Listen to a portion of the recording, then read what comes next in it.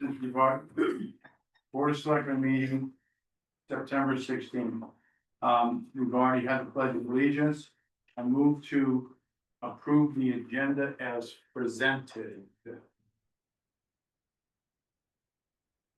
Anybody else? Issued? Seeing none, all those in favor? Aye. Aye, opposed?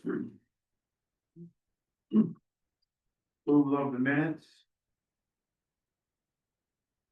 I move to approve the Board of Selectmen regular meeting minutes for September 2nd, 2025.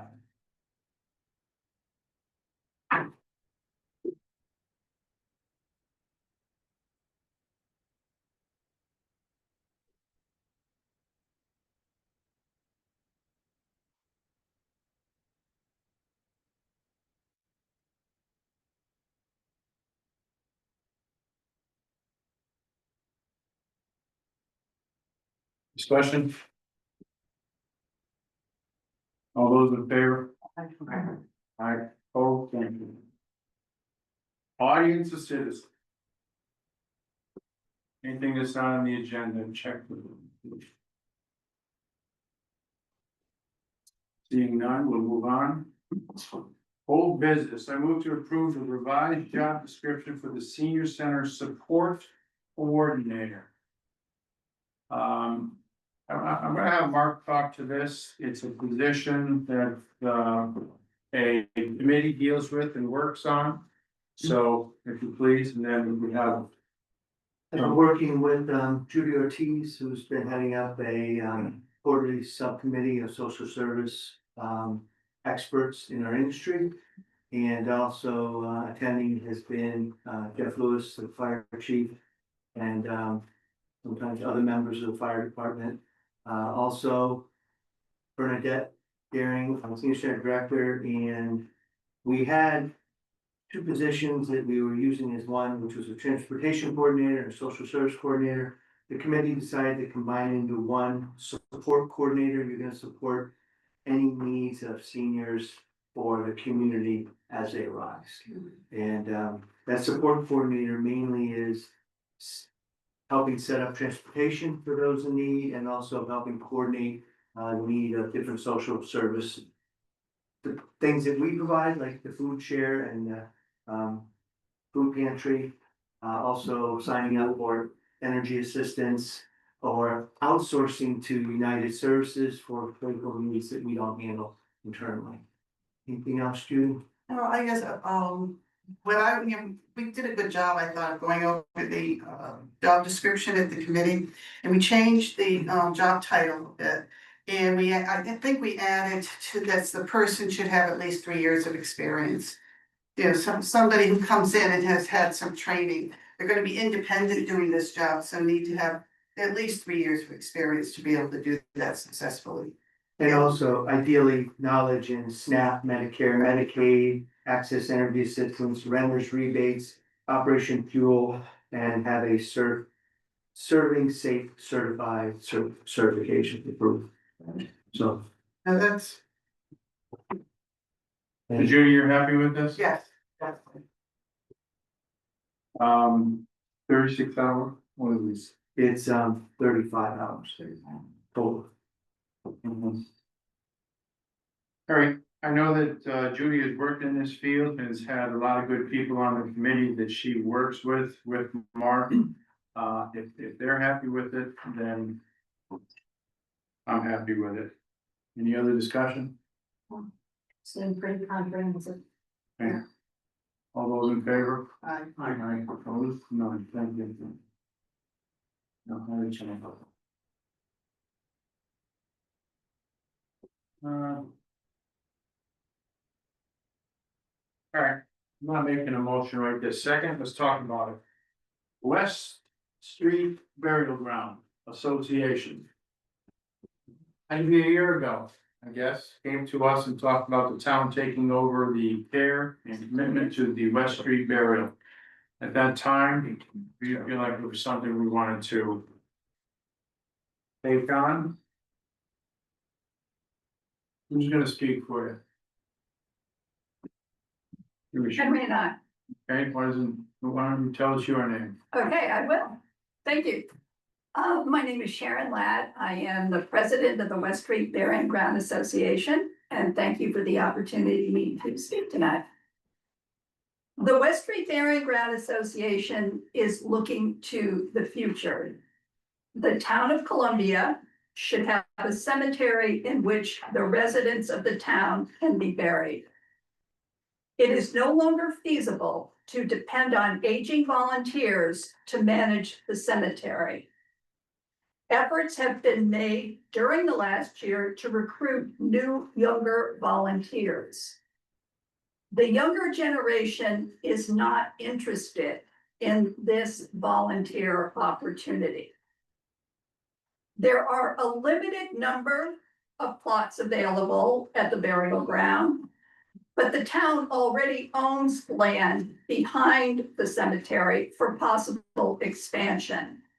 At the present time, the town grants an easement to the cemetery for egress and ingress to the cemetery. This proposal is a modification of the one previously provided, hopefully with more information that will be helpful to you.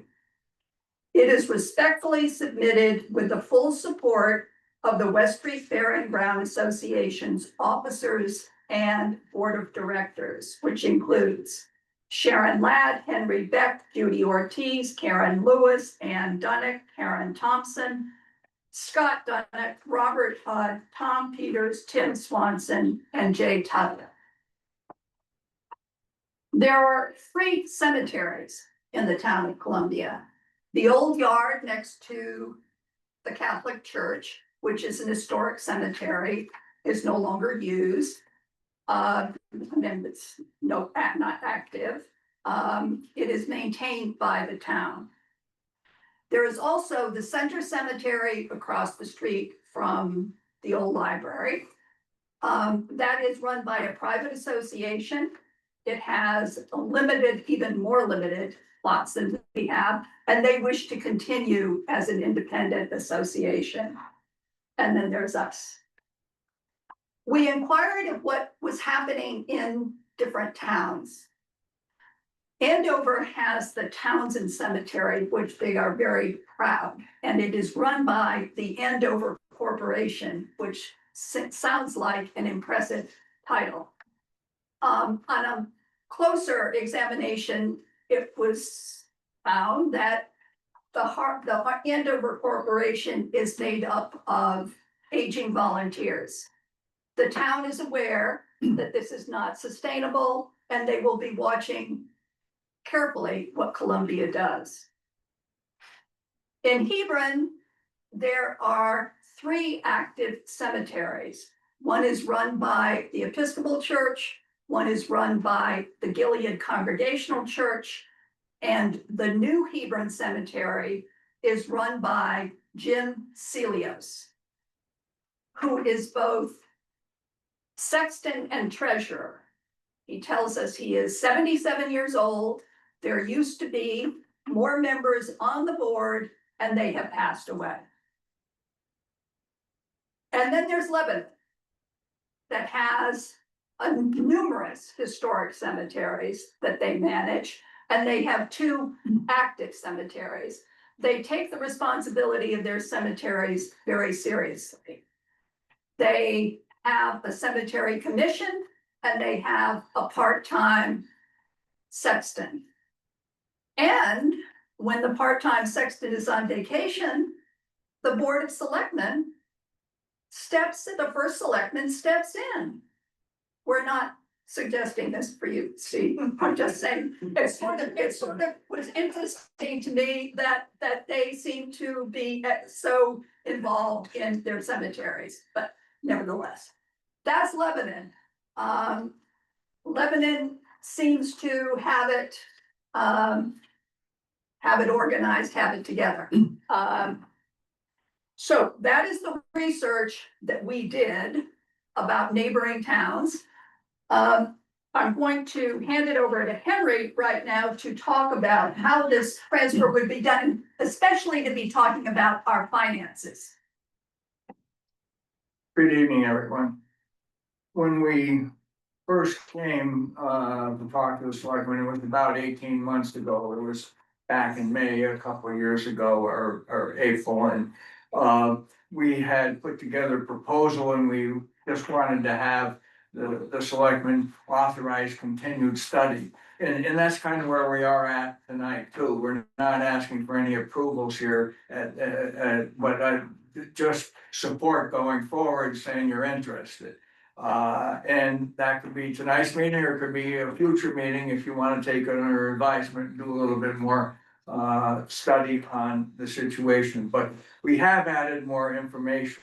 The last time we came around, we didn't have printed financial information, we just talked about it a little bit, but the financial information we put together here shows that the town could assume and take this over, and it wouldn't add anything to the tax roll because it can be self-supporting through fees and our perpetual care fund. The association or the cemetery has been run for years based on plot sales.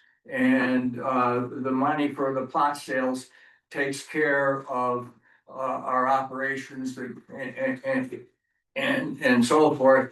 And we take $250 of each plot sale and put it into a perpetual care fund, and then other people make gifts to the perpetual care fund as well. In addition to plot sales, as we're starting to run out of plots and looking for other sources of revenue, we have burial fees. And so the burial fees cover the cost of grave digging, whether it be for cremains or a full crypt, and a little bit extra again to help with the administrative needs of the association in terms of getting ready for funerals, coordinating and so forth.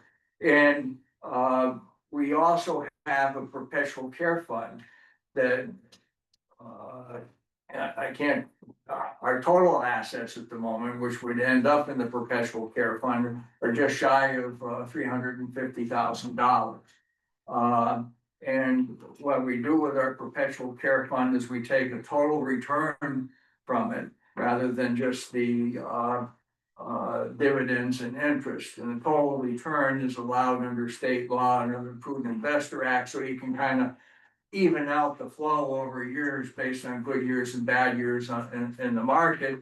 And so we take a rolling 5-year average, and then we take 3% of that. That's a conservative number. Others take 4 or 5% from it. And so far, we haven't been needed to tap our perpetual care fund. So the funds keep rolling over and build the fund because we're getting enough money from the sale of plots and the burial fees to cover the expenses of the cemetery for the year, including the perpetual care of lawn mowing and so forth. Our perpetual care promises to those that buy plots and those that are in turn there are basically to keep it neat and clean. There's no perpetual care of taking care of the monuments themselves. They're gonna age with time, just the same way as they have aged in the old yard. And so the finances that we put together here shows you how we, what, for the last 5 years, how our income has exceeded our expenses, and then it shows you perpetual care proceeds that have been available over a number of years at 3% that we haven't taken, and they continue to roll. Then we have a pro forma budget based on current numbers. If the town were to take it over, we've added one additional charge that we aren't collecting now, and that would be a sexton fee payable on burial, because if the town takes it over, our recommendation would be that the town would have a part-time sexton, or maybe two. We don't want the first selectman to have to step in,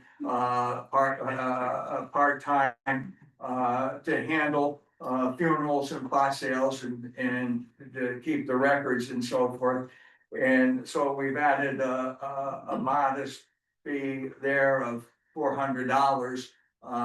And if you look at page 7, you'll see that the total income from plot sales and perpetual care and burial fees and section fees are about $23,600, and expenses at current levels were be about 16,004. And if we continue to transfer money to the perpetual care fund from plot sales, you're still left with a $4,800 surplus on this. So there's a cushion for slippage at the time the town takes over, or if at some point the section costs more than the fees or what have you. This does not, however, include any of the, overhead that might be involved for the town board, town finances to, keep track of the money or what have you, but it is pretty well self-contained. The concept would be that the town would create a cemetery commission using the state statute. The state statute has requirements for the number and how they have to be staggered terms and so forth. And some of the present board of the West Street Burying Ground would be volunteered to be part of the first commission, so that there would be some continuity in the learning curve. We would certainly want new people to be done, and we found from talking, I believe it was with Lebanon, that they're having no trouble finding people who want to serve on the commission because of their people interested in history or have some kind of interest in the death and dying industry, so that they want the opportunity to be there and so forth. So I think we would anticipate that we would be able to populate a commission, and it would help hopefully lower the age curve of the people that we have that are presently doing the lion's share of the work. We did communicate with Mark and came up with a sexton charge, because we thought that $25 an hour for part-time sexton would work, and we were from our own work, we know it's about 200 hours a year, and so that's how we developed that particular number. And I can go into greater detail if there are any questions or whatever, but I would commend it to you to take time and look at. But hopefully it provides comfort on the fact that this is at the start tax neutral, and it also comes with a fund that will be created into an endowment for so that there is money generated every year for the mowing and the perpetual care scenarios. Attached to the second attachment to what was sent around is the term sheet for how this would come together. And it's a suggestion. This is quite similar to what was done the last time around. There's a few particular tweaks on it, but it covers all of the logistics you would think of. There would be a transfer agreement, a purchase and sale agreement. It's gonna come with encumbrances. It's not vacant land, so it's gonna come with the fact that lots of plots have already been sold and there are grave markers there and there are people buried there. We would create by statute the Burying Ground Commission or committee. We would suggest that the current rules be preserved because they meet the expectations of the people that have bought plots up there, but there would be flexibility for those to be changed over time. Certain contractual right expectations and grandfathering provisions based on the plots being sold, though, would be identified, so you would be able to know what to expect from people that may show up, 3 days later and said, I own this particular plot and grandfather died and we need to bury him.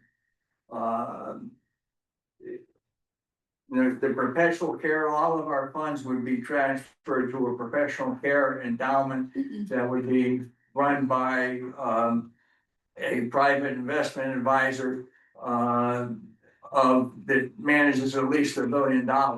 And our managers have done great in the time we've had them. It's increased by about a third. This year we earned about in a conservative investment approach, $30,000 return on $300,000, not all in growth stocks. And so it's been good.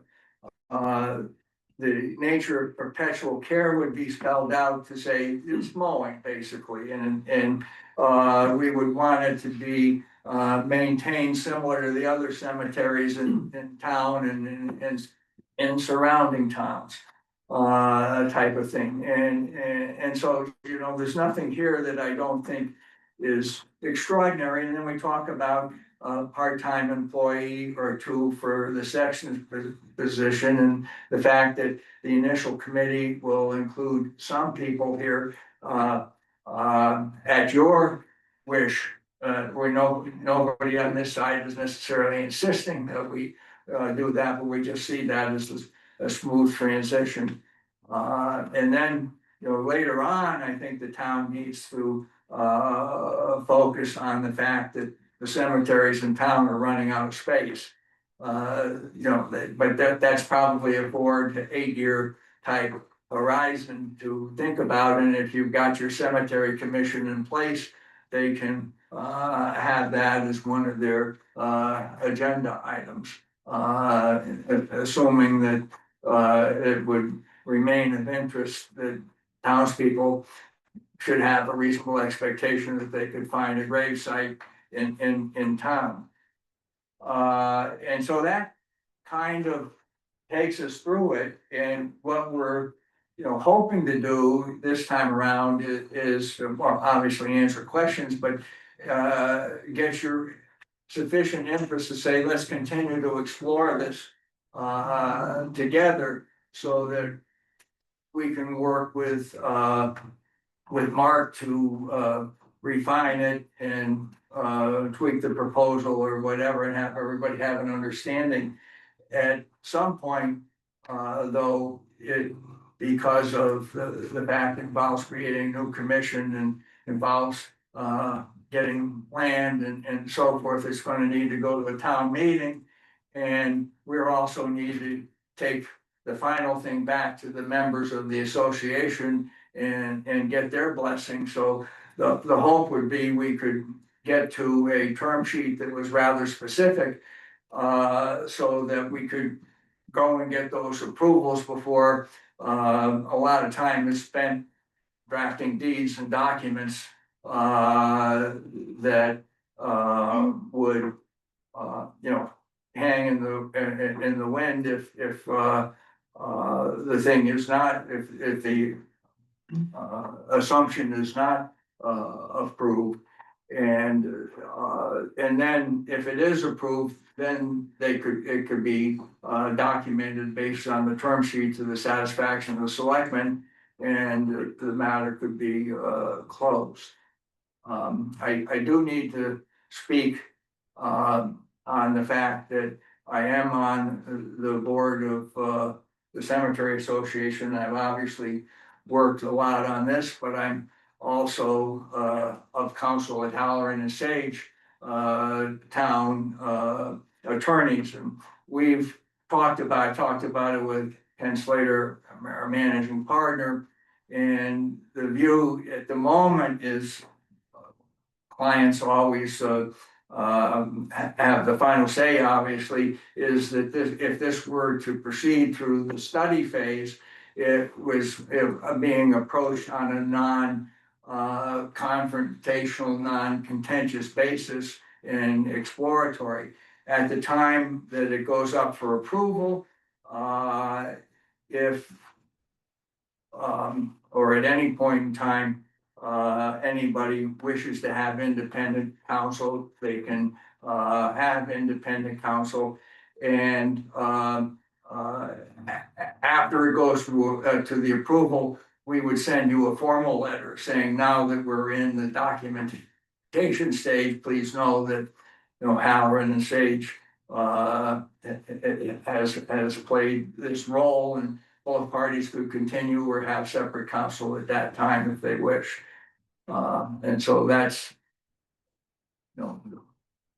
how we feel it professionally and ethically could be handled, if that's satisfactory to the town and is satisfactory to the board of the association.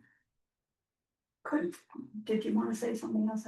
No. I just wanted to add one more thing, that is what I started with. That's not a legal question. When I said that the town of Columbia should have a cemetery in which its residents can be buried. And I think most residents think they do.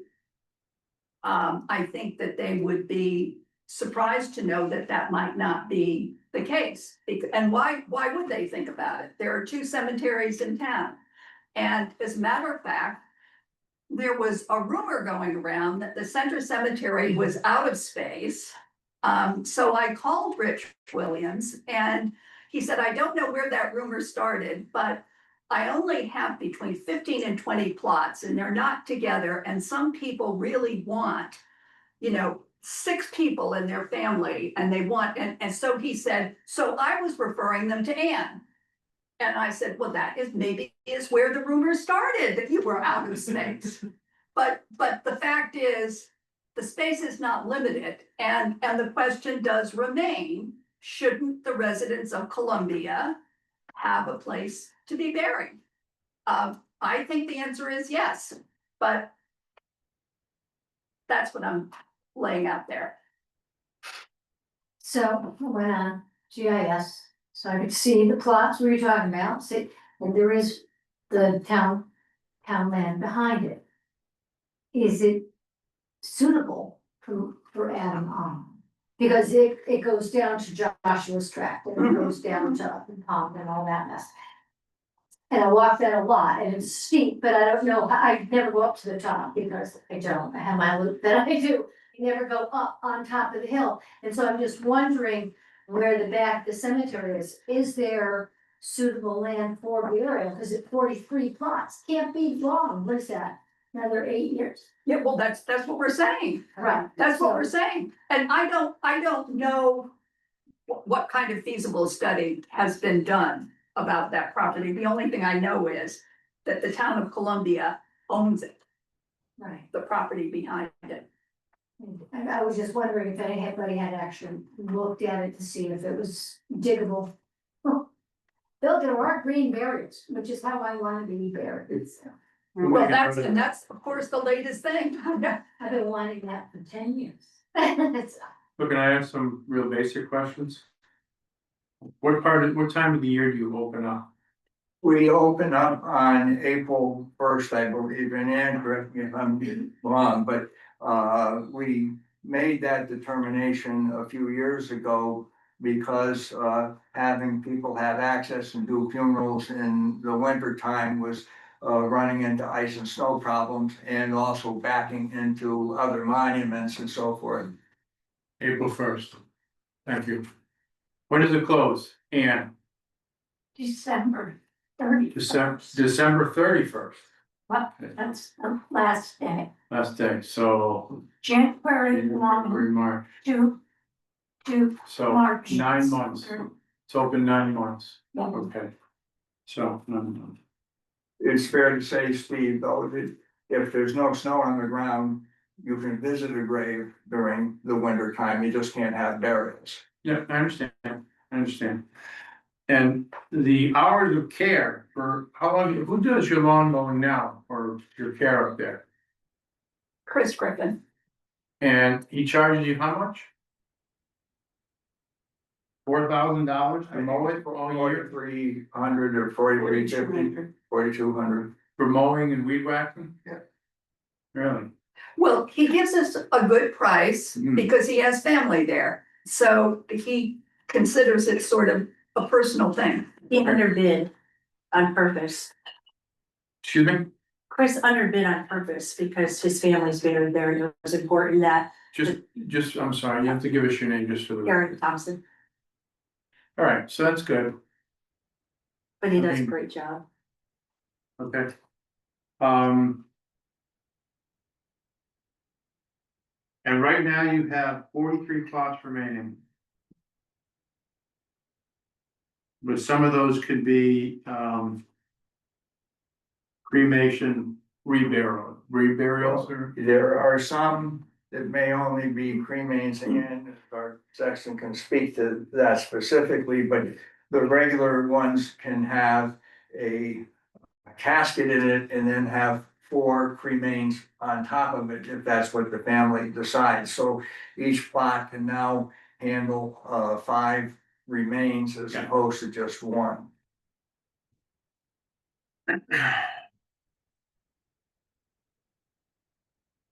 I just keep thinking about your very first opening comment. Yes, And thank the you. bottom line is. Nobody wants to volunteer anymore.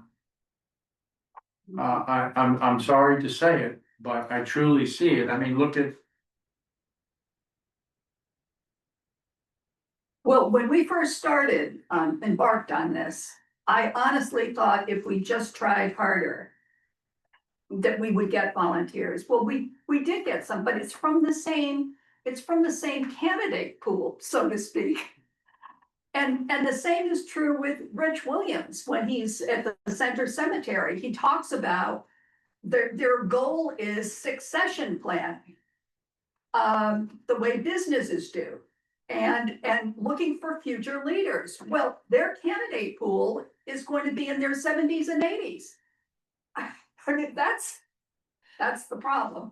Well, the issue can potentially be simplified a little bit. The real need is the sexton, the person who is going to Correct. sell the plots, do the paperwork, meet with the funeral director, make sure the grave digger gets there on time, et cetera, et cetera. And the commission itself probably is going to end up meeting, potentially biannually, maybe at most quarterly, getting started. And it's going to just hear what the sexton has to say, and maybe also end up studying the issue about where to bury people next. And apart from that, they might also help resolve any issues that may be had by people that are concerned with the fact that it's closed from December to April.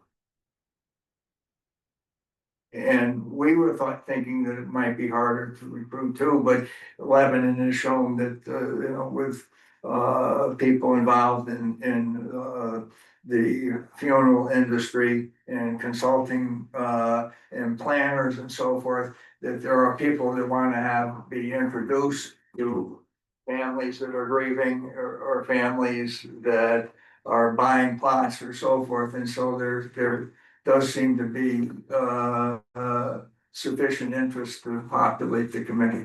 Well, when I spoke with the selectman's assistant, she said, and these are her words, that those spots on the cemetery commission are a hot commodity. And she said, and we never have any trouble filling them. I agree with Henry. The issue is really the sexton, but again, they hired somebody who was retired from another industry. He likes working with people and really enjoys what he does.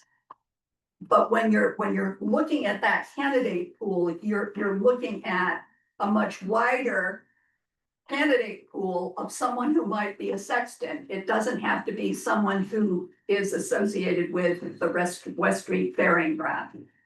What about, have you approached the man who loves that so much in Lebanon, if he'd like to share in the responsibilities in Columbia? Well, we were leaving that to Mark to do, but since he's part-time in Lebanon, I would like to ask him to apply.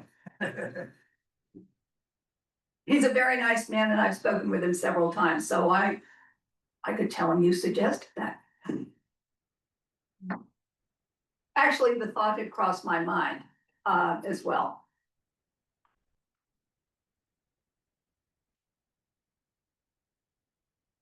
Yes, sir. Thank you, sir. Name. Respectfully, and Name for me, please. John John? Hires. Fine. Ma'am, sir, thank you for your service to the town. I have to be honest with you, I had to go out of my way to look for ways to volunteer in this town. I don't know if truly it's a volunteer problem or a communication issue. If you're younger than, you're about my age, did you hear that we needed volunteers? I haven't been vaguely aware that there is both labor and space needed for cemetery, but you are correct that in town, there's not widely advertised opportunities to volunteer for the town. And I'm pretty good with the internet and marketing. I'll help you if you need some help volunteering. If that's the tipping point between keeping it as a committee. No, we're talking about a sexton. No, well, we're also talking about turning over No. operations to town. That is the key position. I get it. When I said that the younger generation is not interested in this volunteer opportunity, what I meant specifically was volunteering to be a sexton of a country cemetery. Okay, again, That yes, ma'am. is what I meant. we can't read your mind. Well, I'm sorry, Okay, I thought that was clear. we're gonna keep it real nice here. Everybody turn around, say hello to each other. I understand what you're saying. And I certainly understand what you're saying. So, I mean, if you have, John, and you look different to me without uniform, it was good to see you. Yeah. I know we talked on the platform out there, I get it. And there are probably more than one of you in town or people like you. However, that's for another time. So we're talking about this right here. Afterwards, please. Have your conversation and maybe you can help them out, become a part-time sexton or an assistant sexton or something like that, great. So. You know, I mean, I'm one of four, she has to basically recuse herself because The treasurer. she's the treasurer, so now you have three other people to talk about. I mean, I kind of understand what it's gonna take for the town to take over. And as much as I hate adding another layer of whatever bureaucratic positions there are, I hate it worse that I would have to go up there and weed whack the final resting place of my family members, so it looks presentable, so I can find them and, you know, it's clean and everything else. But, you know, I'll open it to the other members of the board of selectmen, see if they have questions. Could I add one more point? One of the other things is, propitious about the present time is the fact that we're financially healthy. And we have the ability to turn it over, as we said, so without taxing the town. At the time that the cemetery is filled, we haven't, all the plots are sold, we lose that as the source of revenue, so we're gonna be more financially strapped, we'd have to add additional fees. People will continue to be buried there because there are lots of plots that have been sold, but nobody's there yet. But that's gonna end up dissipating over 15 or 20 years. And then we're getting closer and closer to being an old yard situation. And so do you wanna take it over, while you've got the resources to keep it going all the time, or do you wanna take it over? Let me ask you a question. How many plots are sold but not yet utilized? Ooh, I honestly cannot answer that. Well, you take a guess. There are, I know of two. I know of two. Um, I would say. I know of several. But I would okay, say but they're all hundred people that are older than 50. A lot. You've got. Because. Partway through. Our history, we decided that we're running out of space. And B, cremations are. Becoming more frequent than casket burials. And so, at some point, we voted that we could put up to 4 cremains on top of the casket. It was pretty cut and dry when everything was casket. One casket, one plot. No, but now what's happening is, grandma and grandpa are there. Oh, but then you can put the grandchildren on top of them, yeah, I understand. things like that. So there are many, many more. You know, and it's difficult to count, but there are a lot of people yet to be buried. How old is it? How long has it been up? The cemetery? Yeah. So 1799. Oh, wow. That's old. Yeah, that's the front yard, Yes. Yes, very small, yes. That's the, because the back of it is the back section relatively was dirty. purchased in 1966. So it took 200 years to fill the front section. And it has taken 60, it'll probably take 80 years to, not even 80. It'll probably take 65 or 70 years to sell all the lots in that from 66. Right, with. Okay. Questions, thoughts? Yeah, in your opinion, what's the viability of that farm property behind the cemetery for cemetery use? The part that is an easement is utilized. Whenever you run a cemetery, you must have a place to put dirt. It's simple physics. You dig a hole, you put something in it. You can't put all the dirt back there. So that is where we pile the dirt. We also have a landscape flagpole and few benches.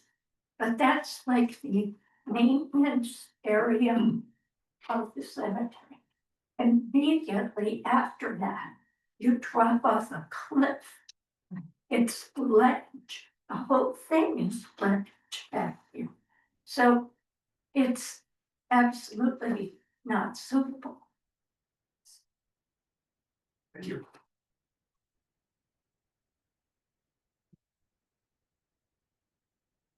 Chris, you had a question? Yeah, so. And I appreciate and I understand the concerns of. You know, the lack of volunteers and whatnot. I guess at first blush, I'm not too comfortable about the town taking it over, but I'm wanting to brainstorm and come up with creative ideas, like if you're saying the sexton is a critical piece, is that something where maybe the town could consider like a volunteer who gets a tax credit or tax break, like we've looked at, like our department and other places where someone could get trained, right? So it'd be kind of a motivation to maybe get the next generation of volunteers to get involved, and that person could be getting some sort of tax break, because I mean, now the town's gonna have to take over maintaining the lawn and all that. I mean, I guess I'd wanna know better from Beth's perspective, you know, what is that gonna impact? Is that something that she could fit within the normal staff, or is now town gonna have to hire another public works person out to potentially take that over, and I guess I'm just trying to think out loud here, maybe there's other ideas we could do to keep it a private entity while, you know, trying to come up with creative solutions to keep it that way, but at the same time motivate, you know, the next generation of volunteers, maybe through tax credit or tax breaks. That's that's a good suggestion, because I did some quick math over here. And I got $14,000 in care for lawn mowing and weed whacking. It took them from April to maybe October. After October, you don't have to do too much, but around 13 grand twice a week mowing up there. We don't mow twice a week. Yeah, apparently not. Does you mow every other week? Every week, Once a week? every Wednesday. Okay, May and June, May and June, I think they're 20 it's pretty mowings, tall. What? 64. 20 more. 20 mowings. 20 mowings. Takes them how long? Couple hours? Yeah, Oh, 4 hours, maybe 3. really? Yeah, 3 guys. 3 guys. So that's 12 man hours. Well, sometimes 2. So sometimes 2, so that's at least 8 man hours, and that's what I figured. Each mowing was 8 hours with weed whacking. So we do it 20. Oh, okay. There's enough money in the, you know, the perpetual care fund to pay for that, to hire somebody for quite a long time. So it wouldn't be the town that would have to fund to pay for the care. But based on, I understand the terms haven't been agreed upon, but based upon if the town were to take it over, we'd be responsible whether we had a public works staff and or Right. we had it subcontracted Right. to, and so. But if you subcontracted, as Judy points out, right now, if you took 4% rather than 3%, you could have $12,000 or $13,000. And I don't think you need that. We've never had to pay that kind of thing, even if we've been doing it using other contractors. Right. Yeah. Okay. Someday, I don't know whenever, it's gonna have to be mowed, and by default, it'll probably go to the town. If it's, you know, in 2 years, or if it's in 40 years, we're gonna end up doing it sometime. So I'm just looking at numbers, that's all. But That's why, yes or no, I'm just looking at numbers, trying to think this I all. agree, sometime it's gonna happen, but now's the time when you can have money, so it doesn't end up like the old yard. Where the money's all run out.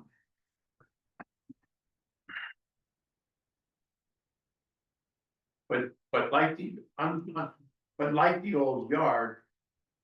You don't pay for repair or cleaning of any headstones or anything, you pay for mowing. Weed whacking, I would imagine, and maybe occasional plowing. Well, we pay for, No, there's some trees. And occasionally, there are wrought iron fence that needs to be painted. We keep maintain the driveways. We're presently having crack sealed. we got a drainage problem up there, I remember that from Yeah. 18 months ago, a little bit of drainage problem, right? Cracks the driveway through. You pay for trees, branches that come down, trees, all that. Wow. Okay, I think we table this, I think we think about it, and So what would be the next step? Let's say, because we're not looking for a definite, just looking for a process to move forward.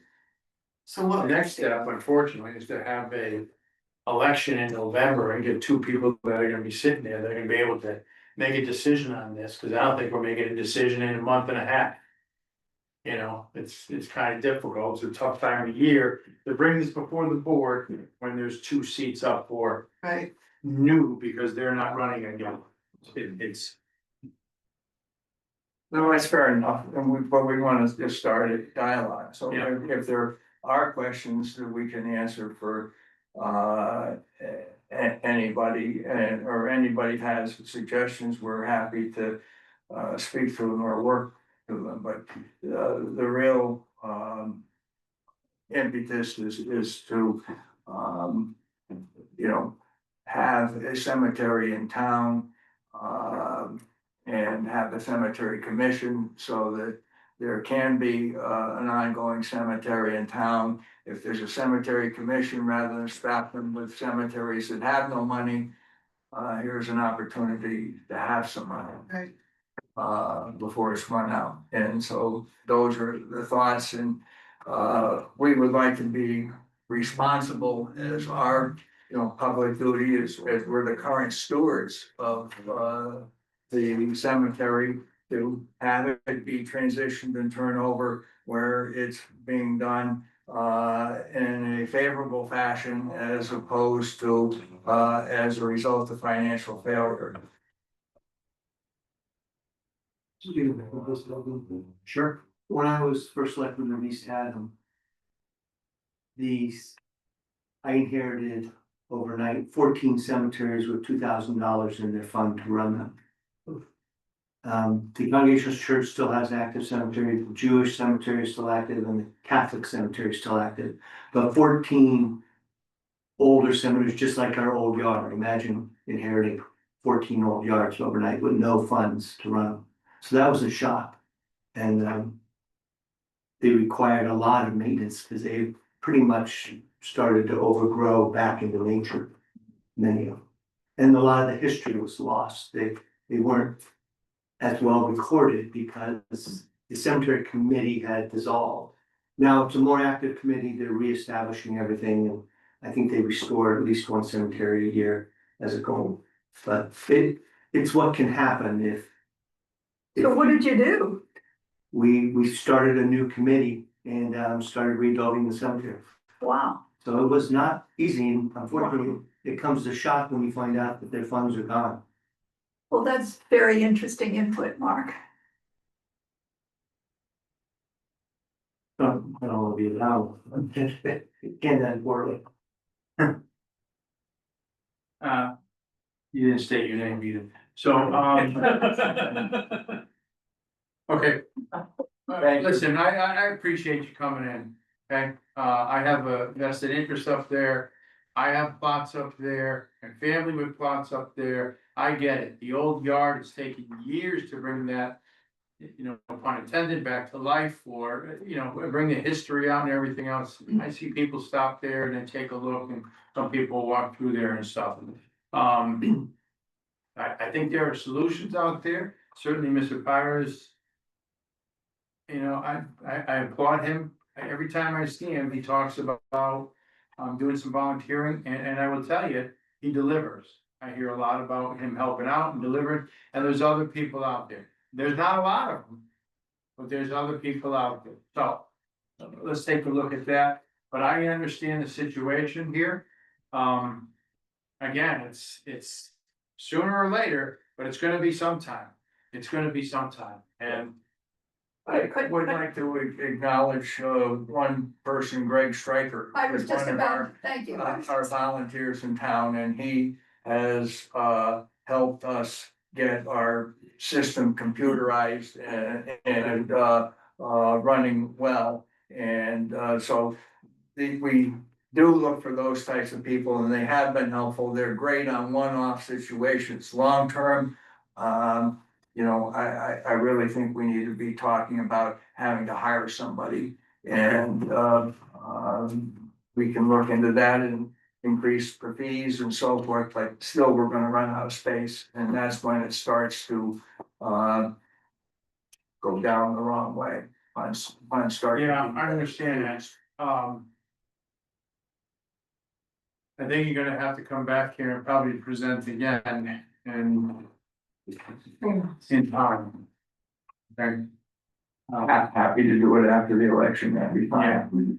all right, Can you give us a sense on the basis of what's been discussed here tonight of the kinds of things that you would be interested in to hear more about?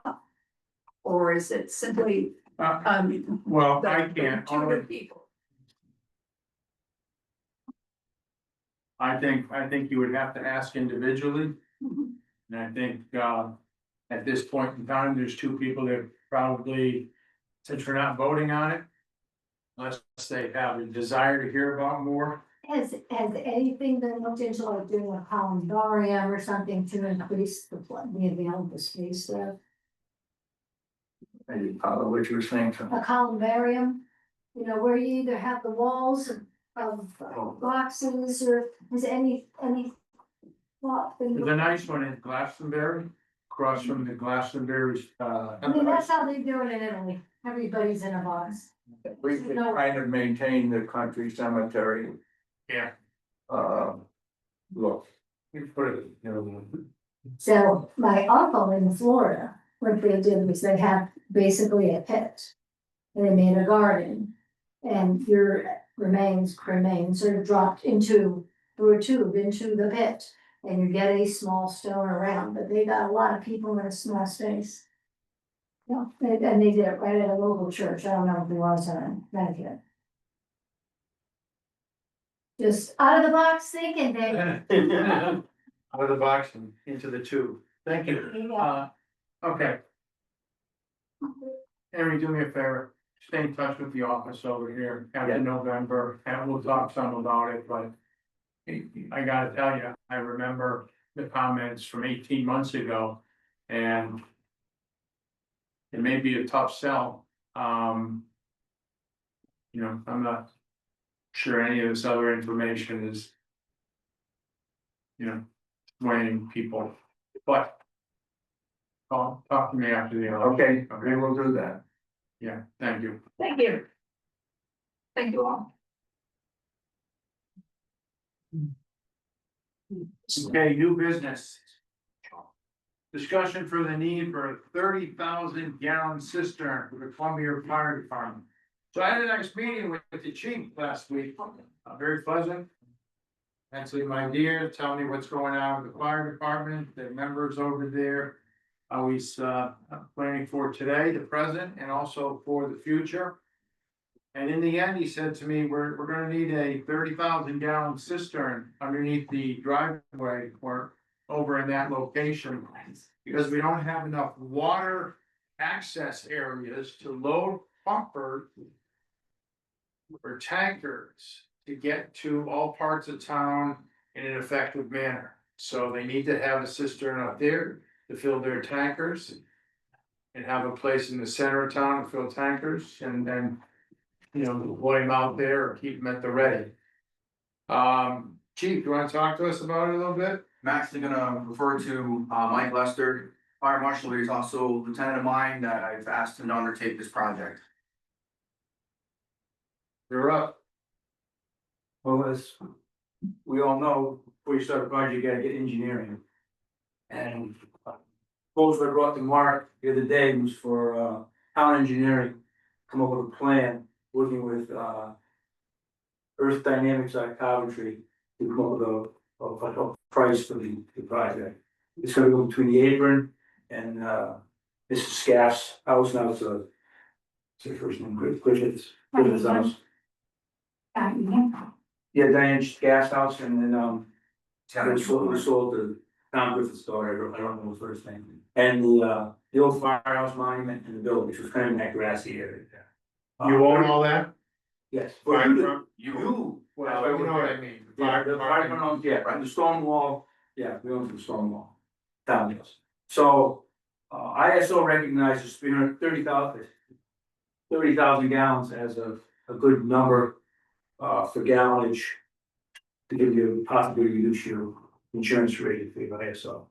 So that's why we picked that number, that's the number, you can go bigger, but then you're just talking about.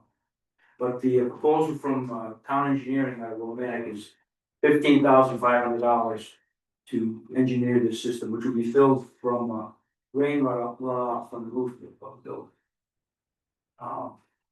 Fire department was, approved to pick up that $15,500 to come up with the engineering costs.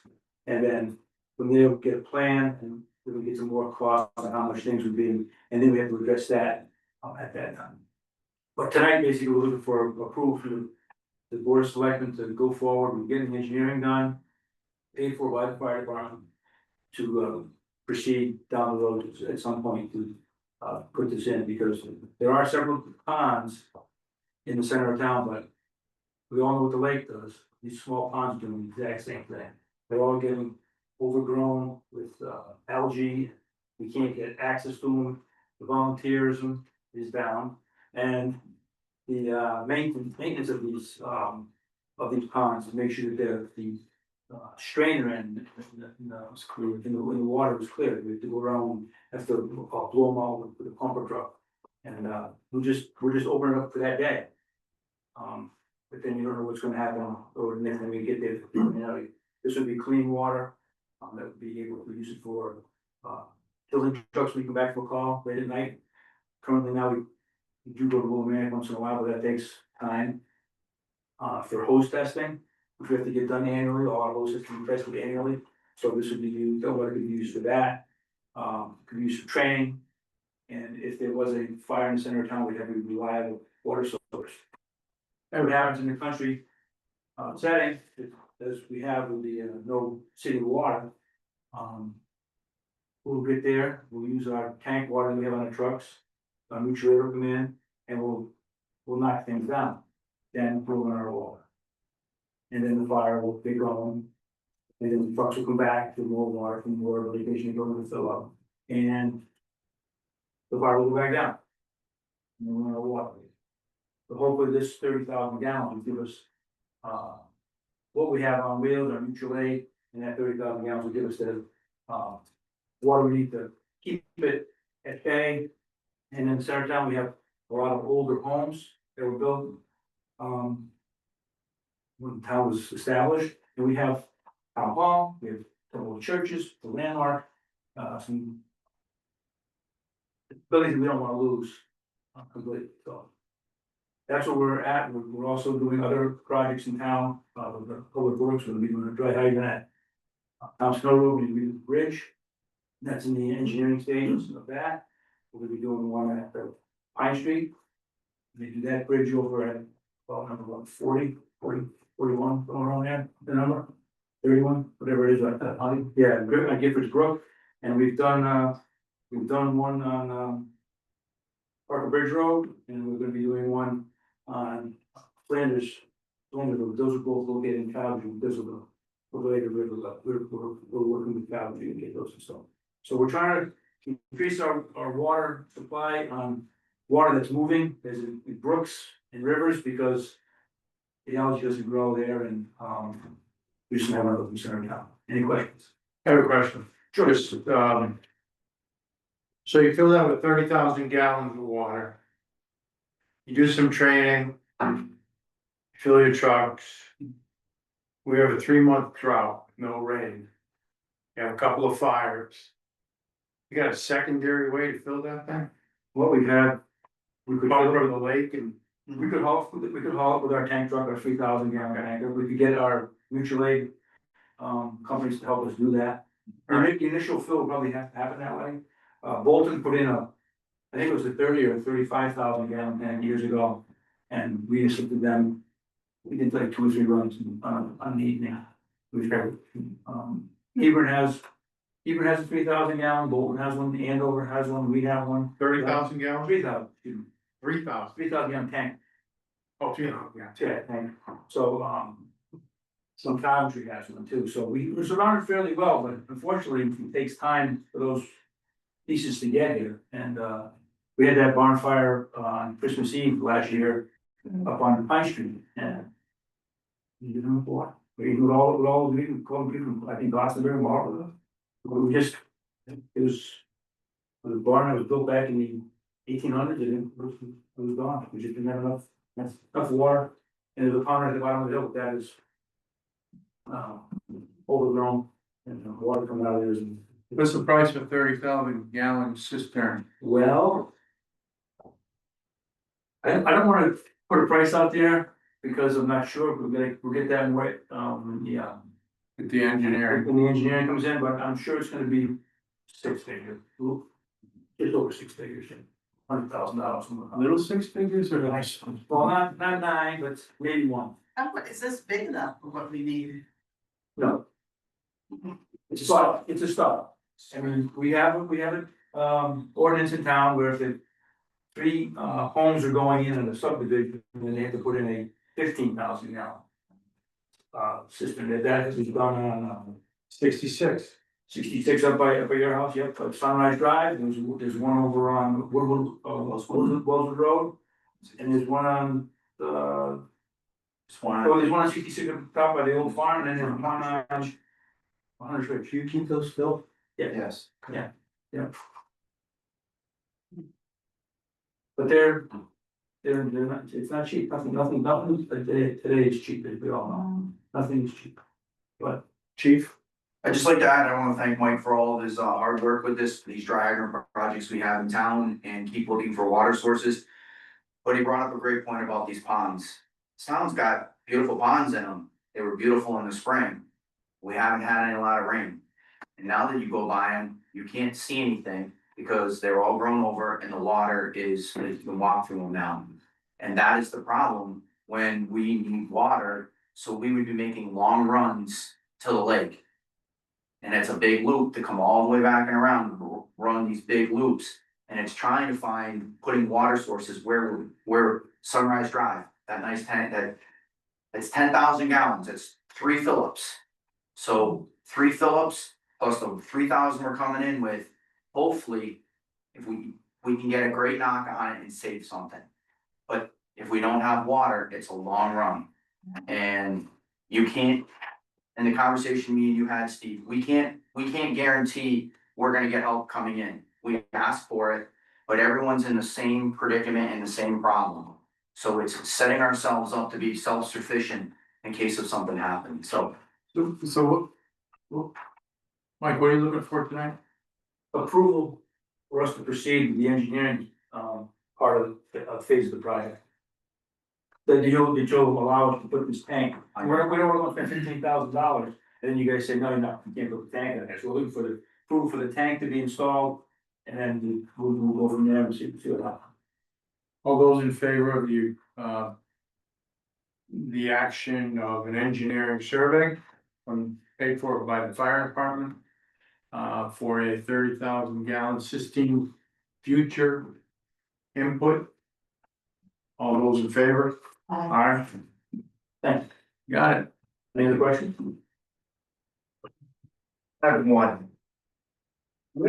Is there a town aquifer study? Now, in Iraq, I probably poked about 1,000 different wells across the country. Has there been an aquifer study? The reason why I asked her is that as a resident living in the center of town, I would have no problem if my aquifer could fill myself and anybody else, like my 2 neighbors to the left and right, to help have you use my land to put, I don't know, a tank where you can pull up and back. I've seen how pump trucks work, and pull that out, now right there in the center of the town. Never thought of that. We're trying to space these things out. I mean, if I build a subdivision here, and I'm required to put in a 15,000 gallon tank, and then you build one on the other side of the street over here, currently, you have to put that in. Yeah. Makes no sense to me. No, We I can use this one. Take yours and put it over by Steve's house, because he doesn't have any. That's what, But we again, eventually like to get to that point, but right now we're not there. I know, I understand, but like the first selectman said, if there's a couple dry spells, it might not be enough. And You know, the draft out of there, I don't really know, we can draft 1,000, 1,500 gallons. Let's but we'll talk about the aquifer study at a different time, so, but I do understand there. Okay. You know, Okay. okay, Yeah. thank you. Thanks.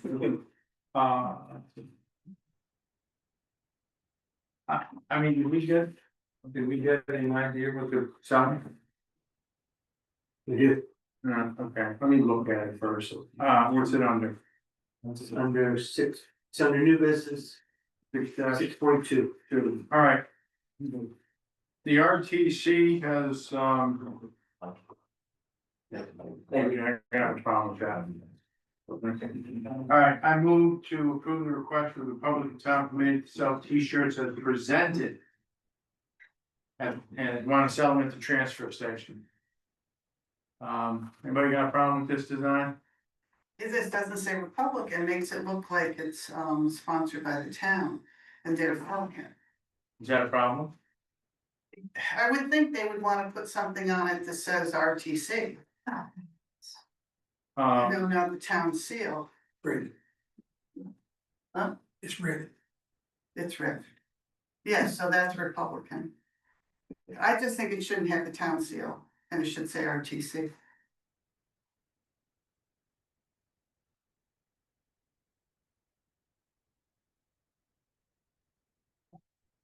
Just change it. Your ice cream have DTC on Ice cream? it? Yeah, I'm just asking.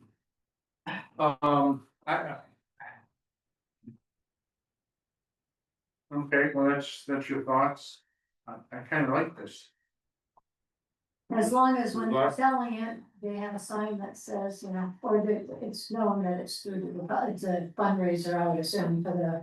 But it make, I guess I'm concerned is it's got the seal on it. So it makes it looks like it's from the town, that's, you know. And the Republicans are selling it, I don't know, I don't think it's appropriate.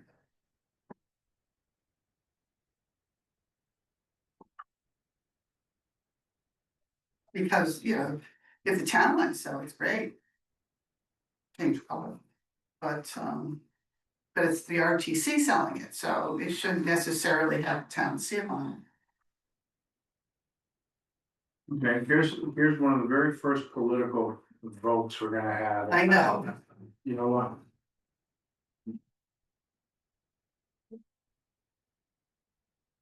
I really don't need this divide type of thing.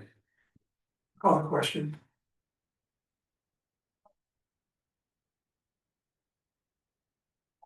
Can they change it if they say this is Republican? You just wanna just vote on it or just knock it out? Let's vote on Okay, all those in favor of allowing the RTC to sell this shirt?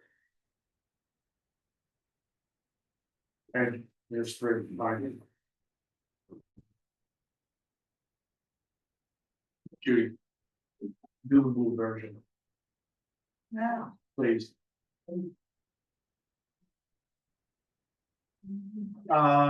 I move to approve the creation of, am I reading this? If you want to start with the motion, this is Phil's mission that he came up with as an idea, and this was your charge you came up with as an idea. If you wanted, I feel like I'm reading a book on this thing, which one are we going with, does it matter? you could incorporate them together. One could be the mission and one could be the charge. It's just an idea to discuss, you know. Phil's mission, if you want to speak with Phil. Sure. More conversation. My feeling on the mission thing was I wanted to have a permanent committee to address speed and traffic safety rather than having something that's temporary, just addressing particular issues. So I felt it would be good to have a broad mission statement that would allow us to go forward with this. I think if you look at the mission statement that I proposed, it's pretty broad and it encompasses pretty much everything. Traffic concerns, speed management, roadway improvements, and we've talked about all these different things in terms of speed bumps, but I felt that it would be helpful to incorporate that in whatever we decide to go forward with. Okay, and then, I just wrote some stuff from the Speed and Traffic Safety Committee. That's the other one, and the purpose charge is conduct an in-depth study of speed and traffic safety analysis of Columbia Road and highways. To include but not limited to, there's a list there. Section 2, members term representation, committee shall exist of X amount of members. The term shall be for the life of the committee. The term shall be for the life of the committee, which is not to exceed blank, unless extended by the board of selectmen. You have it as a temporary committee based upon that. Yeah, I don't know why you have to specify who the members are. I think it should be more flexible personally. We put a Wow. minimum of. You know what I mean? Yeah. You wouldn't want a committee of one. No, of course not. I think you have to have a certain number of members, but to start getting into specifying specifically who's gonna be on it, which you're doing a DPW director, fire chief, I mean, you know, whether they're available or not, it'd be great to have them on something like that, but I don't think that it should be that narrowly defined. if we don't say that, they won't show up.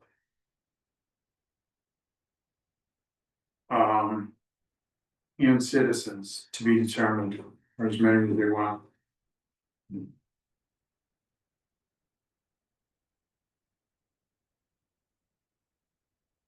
We'd have a base committee get together and then hash this out and come back with, we think we need this many members and this is who we think So what do we you, want to recommend, should be on it. so how many, what do you think you should sell? Well, you said it's not, I think if you have like 6 members of it or something like that, or more if you wanted to, but. I envision a committee where you could call in experts and have them talk to the committee about different things from engineering backgrounds, DOT, different ideas that they have in the feasibility, that's why I picture it being not just focused on speed bumps. Bill, in the committee, I actually talked to Jason, who's our representative from the T2 Center of Yukon. And he said he'd be happy to come and talk to this committee with all the resources Yukon provides. But when I was on the youth services committee, we also had brought in speakers from various areas and different specialties, and it was great. You can come in there, and they'll, you know, so I just want to keep an open-ended thing. I think every community is gonna have a constant problem with speed and traffic safety. It's not something that's gonna be temporary. Right. And I also think that you have to consider some of the potential problems that are down the road, like, you know, thank God we don't have it right now, but we have issues with the street takeovers, and they passed recent legislation about how to deal with that, so those issues could potentially appear in the future, and I just want to have something in place to address those. Yeah, we could have the Monopond State Park takeover, ATVs come out of nowhere and start destroying. okay, why don't we stop throwing out ideas out there, because somebody's next thing you know, wow, that sounds good. Well, it's only Kristen who's listening. Okay. So I like the mission statement, it's fine, it's good.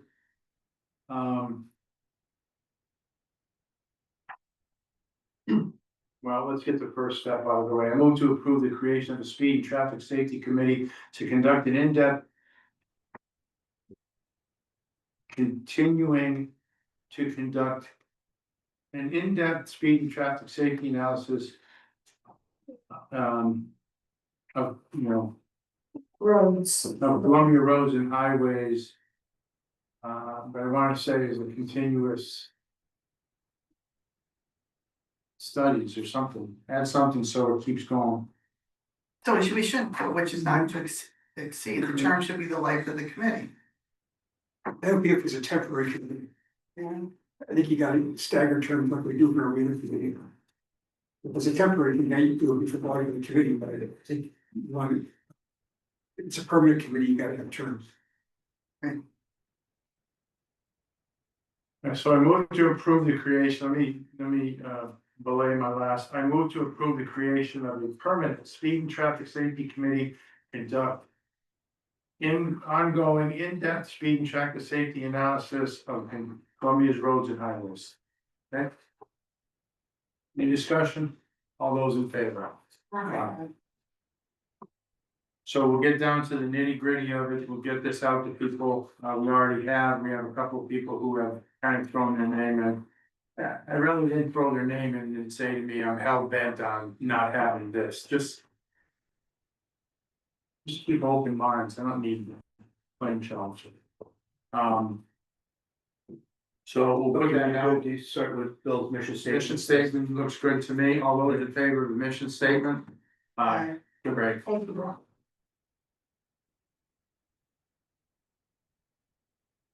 So the Tabor family has donated the gift of doggy bag stations for rec parks. Four of them. That is the place where you can get a bag, pick up after your dog and deposit it and walk the town park. In the waste, And who collects it? we collect them every Friday. Who's we? DPW. DPW. Talk to Beth about this? Yes, and DPW said they'd help install Okay, and then who pays for the bag? them. That will be an ongoing expense of the rec department afterward. Well, I gotta tell you. Most people bring their own, but I kinda like those up there. You vote as you wish. I approve. Great. Okay, vote as you wish. I approve the gift of doggy bag stations from the Tabor family at Red Park. There's 4. Any more discussion? All those in favor? Opposed? None. Every dog owner. Nothing with the lake. Appointments, I move to appoint Frank Gifford to the Lake Management Advisory Committee. Present. You've been through those meetings? You like coffee? Oh, good, you're here and you've been to the meetings, so you know what you're volunteering for. Bless you. And Frank has, Of your own free will. he has experience in the Bantam Lake Protection Association where he used to. Okay. Anybody have questions for Frank? All those in favor? Aye. Thank you, Frankie. Thank you very much. How'd you learn about the spot open? I'm sorry, How did you learn about the vacancy? Is there a vacancy? there was a vacancy. How'd you learn about it? I learned about it from, it was right after a meeting. Okay, you went to the meeting? Yes, Thank you. Town administrator report. Just wanna make everybody aware that, in a meeting with Bernadette Daring, our senior center director, she had the desire to reactivate the Commission on Aging. For Columbia, the previous commission had 3 main goals and they achieved 2 of them, which were the transportation system in van. And the second one was, I'm blanking out on the second one, but the third one that they couldn't achieve was senior housing, and then got frustrated but we did modify our zoning regs to allow for senior housing, or any type of affordable housing, just hasn't been built yet, and hopefully the state will put some incentives, which they're discussing now, financial incentives so that can happen. But right now, I just wanted to say that Bernadette would like to advertise to repopulate this committee and didn't know if the board was okay with supporting that. sure. Good. Good idea. So, and then next, Ingrid Wood, I wanted you to make you aware that Ingrid has nominated Fanny Dixon Welch to the Connecticut Women's Hall of Fame, and we heard back that they would consider for next year. Fanny lived in Columbia from 1873 to 1947, and when you read her background, it's pretty amazing what she accomplished for the town, and was actually she grew up in Savannah, Georgia, but she became in charge of our port systems in Connecticut. What? Our seaports. She was the commissioner. And she also was very politically involved and actually educated new immigrants in our Moore Indian School. So she was a teacher and also did talks, and she was actually started the gravestones in Hebron actually, but she supported local and state national ideas in the realms of political equality for women and education in New England. up in the back of the house, and she owned a very large property on the lake. The production is next year. Could, if they choose to, do it. So, Ingrid has started the process. Well, if it's successfully nominated. She's been nominated. She.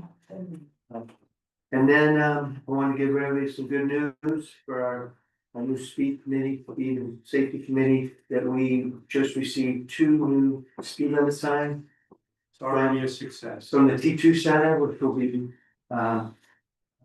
placed in some of our, right now, I can think of 2 areas that we've had the most complaints. Whitney Road. Like Whitney Road and possibly, over Atlantic, but the good thing is we can move these around. So these aren't the really big ones that we got that got damaged.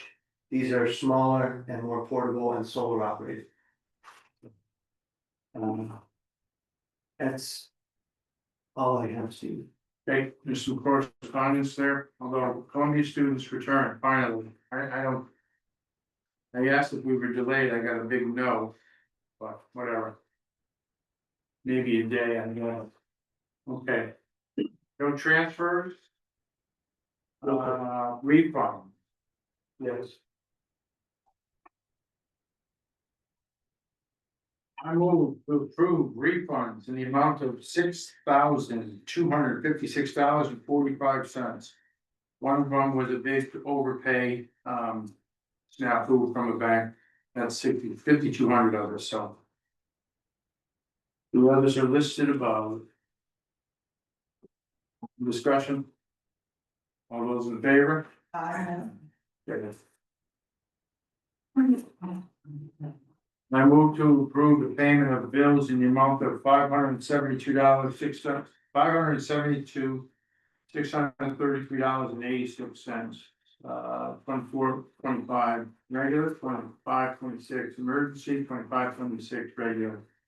Credit card and paycheck.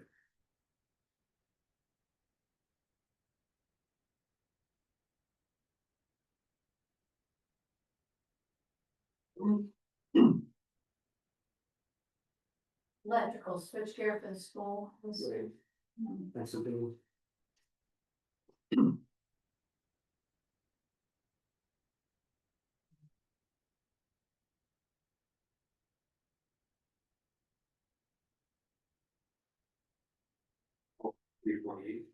Well, 340 is there's, well, it's, once, I mean, there's no waiting for the. I mean, so it's still dollars. But not the entire switch gears there.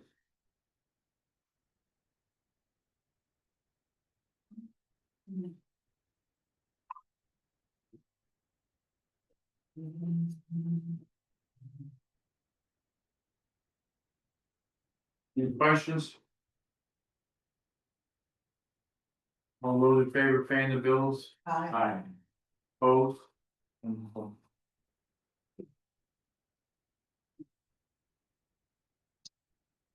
Let's see. Audience of citizens. Yes, sir. Nick Ferris, 281 Route 66. Give us your last name again. Nick Ferris, 281 Route 66. We're talking cemeteries, a topic I know virtually nothing about. But one thing to keep in mind is we think of cemeteries, we throw around years like 1799. We think cemeteries and how they operate hasn't really changed much in hundreds of years.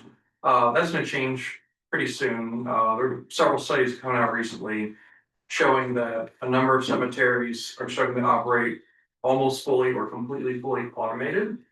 By 2040, 60% of cemeteries will be largely automated. By 2050, 90%.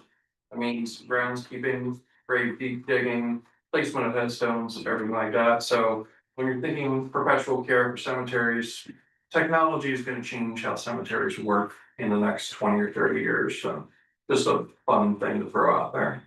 Thank you. Sounds like a voluntary. Anybody else? Board member comments. You said, So I drove to Warwick, Rhode Island to deliver something on Friday. When I got back in my truck, there was a lantern fly on my windshield. Did a little research and then come up in a way.